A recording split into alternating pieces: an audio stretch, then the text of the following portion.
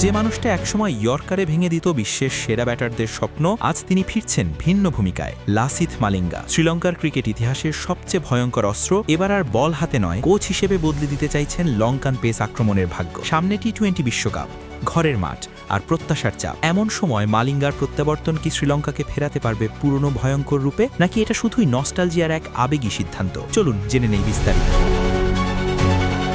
শ্রীলঙ্কা ক্রিকেটে আবারও ফিরলেন তাদের সবচেয়ে পরিচিত মুখগুলোর একজন। জাতীয় দলের ফাস্ট বোলিং কোচ হিসেবে নিয়োগ পেয়েছেন সাবেক কিংবদন্তি pacer Lasith Malinga. Sri Lanka cricket board এক আনুষ্ঠানিক বিবৃতিতে এই খবর নিশ্চিত করেছে। তবে এই নিয়োগ স্থায়ী নয়, বরং নির্দিষ্ট সময়ের জন্য পরামর্শক কোচ হিসেবে কাজ করবেন মালিঙ্গা। আগামী 15 ডিসেম্বর থেকে শুরু করে 25 জানুয়ারি পর্যন্ত, অর্থাৎ এক মাসের কিছু বেশি সময় শ্রীলঙ্কার জাতীয় দলের সঙ্গে থাকবেন তিনি। মূল লক্ষ্য আসন্ন টি-20 বিশ্বকাপ। ঘরের মাঠে হতে যাওয়া এই বৈশ্বিক আসরের আগে ফাস্ট বোলিং বিভাগকে নতুন করে গুছিয়ে নেওয়াই মালিঙ্গার প্রধান দায়িত্ব। শ্রীলঙ্কার ক্রিকেট বোর্ড মনে করছে বিশ্বকাপের আগে দলের সবচেয়ে বড় ঘাটতি ছিল অভিজ্ঞতা ও স্পষ্ট দিক নির্দেশনা। আর সেই জায়গাতেই মালিঙ্গার মতো একজন কিংবদন্তির উপস্থিতি তরুণ পেসারদের আত্মবিশ্বাস বাড়াবে। শুধু টেকনিক নয়, ম্যাচের চাপ সামলানো, ডেথ ওভারে পরিকল্পনা এবং মানসিক দৃঢ়তা, এই সব কিছুতেই মালিঙ্গার অভিজ্ঞতা কাজে লাগাতে চায় লঙ্কানরা। প্রায় 16 বছরের আন্তর্জাতিক কেরিয়ারে মালিঙ্গা ছিলেন শ্রীলঙ্কার বোলিং আক্রমণের মুখ। জাতীয় দলের হয়ে তিনি খেলেছেন 30টি টেস্ট, 226টি ওয়ানডে ও 84টি টি-20 ম্যাচ। এই সময় তার উইকেট সংখ্যা যথাক্রমে 101,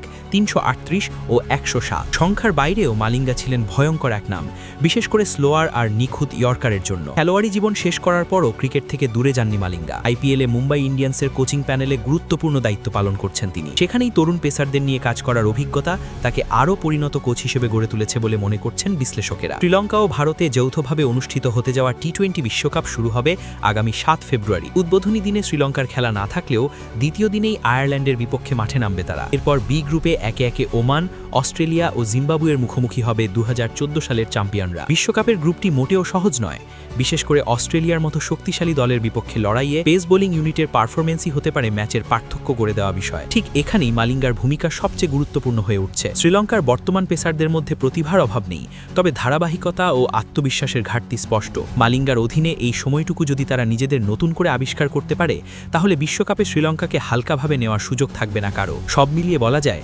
লাসিথ মালিঙ্গার এই প্রত্যাবর্তন শুধু কোচিং নিয়োগ নয়, বরং শ্রীলঙ্কা ক্রিকেটের জন্য এক বড় বার্তা। বিশ্বকাপের আগে তারা যে লড়াইয়ের জন্য প্রস্তুত, সেটার ইঙ্গিতই দিচ্ছে এই সিদ্ধান্ত। এখন দেখার বিষয় মালিঙ্গার অভিজ্ঞতা আর মস্তিষ্ক কতটা বদলাতে পারে লঙ্কান ফাস্ট বোলিংয়ের ভাগ্য।